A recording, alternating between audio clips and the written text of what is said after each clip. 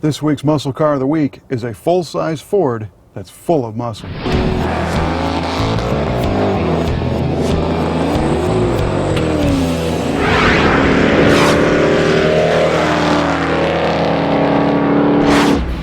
This week's Muscle Car of the Week technically predates the whole muscle car phenomenon. In fact, the term wasn't even around in 1961 when this Ford Starliner was prowling the streets as new. But this kind of car is what eventually turned into the muscle car. It's kind of a bare bones, two-door, mid to full-size car that's just stuffed with a giant motor for lots of power and lots of fun. And that's why we chose it for this week's Muscle Car of the Week. 1961 was definitely a different time period than today. And really, what I think is unique is that in the United States, you were still enjoying some post-World War II prosperity, and there was this optimism for everything that was futuristic and new. Space travel was just starting to become a reality. Rocket ships were new, jet airplanes were new, and by '61, a lot of the tall tail fin stuff from the 50s was going away. But what we see in this particular car is a very clean adaptation of rocket ships for the street. This car has kind of a rounded but almost pointy nose, and if you look at the profile, the whole thing is shaped like a giant dart. They had a much more subtle tail fin and the characteristic signature rocket exhaust taillights. So when the taillights lit up red, it looked like, you know, jet turbine rocket exhaust flying off into space. Even the name of the car, you know, the Starliner, of course, conjures up images of rocketing through space, but it's a subset of the Ford Galaxy.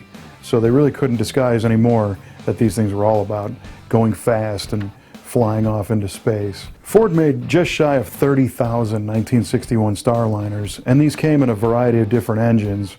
30,000 isn't a super low number of production, but when you start to look at the ones that had the higher performance engine options, they become fewer and far between.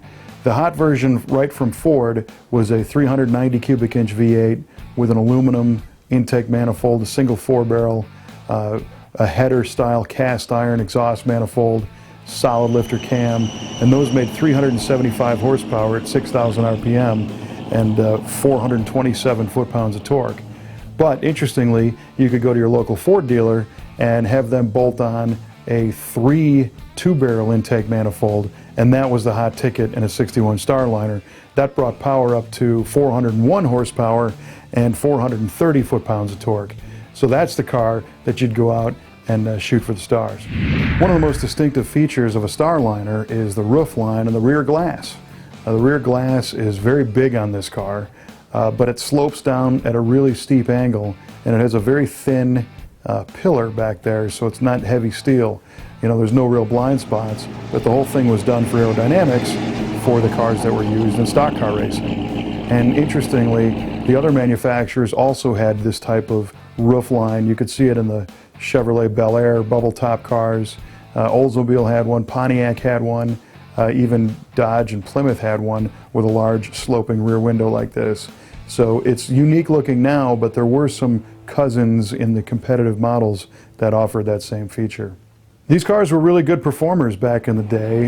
In '61, some of the car magazines were publishing ways to tune them up and tweak them a little bit. I think CarCraft magazine did a story that modified the ignition, ran open headers, did the 3x2 intake manifold and carburetors, and they got one of these things to run low 13-second quarter miles at 104, 105 miles an hour. And that's really screaming for back in '61 with a car that's this big, considering the limited tires they had back then and the fact that it was a 3-speed. So it's a neat car that had performance to match its good looks. Now, although that 401 horsepower 390 3x2 V8 was the hot one to get in '61, our particular car has been hot rodded quite a bit. Now it's got a 427 under the hood, and it's got some cool parts like a pair of all aluminum Shelby racing cylinder heads on it, a giant camshaft, nice rumpy idle, it's wearing the 3-deuce carburetors on top, and it hauls.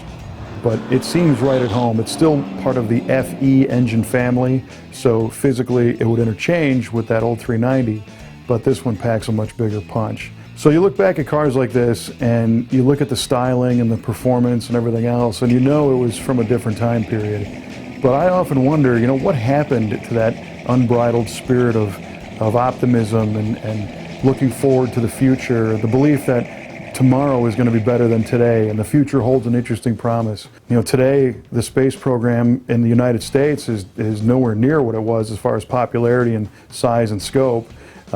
Countries are still going to space, but it's multiple countries on a global level that are pairing the resources to put up satellites and experiments and things like that. But you don't have kids wearing space helmets on the playground and pointing to the moon saying, you know, what if?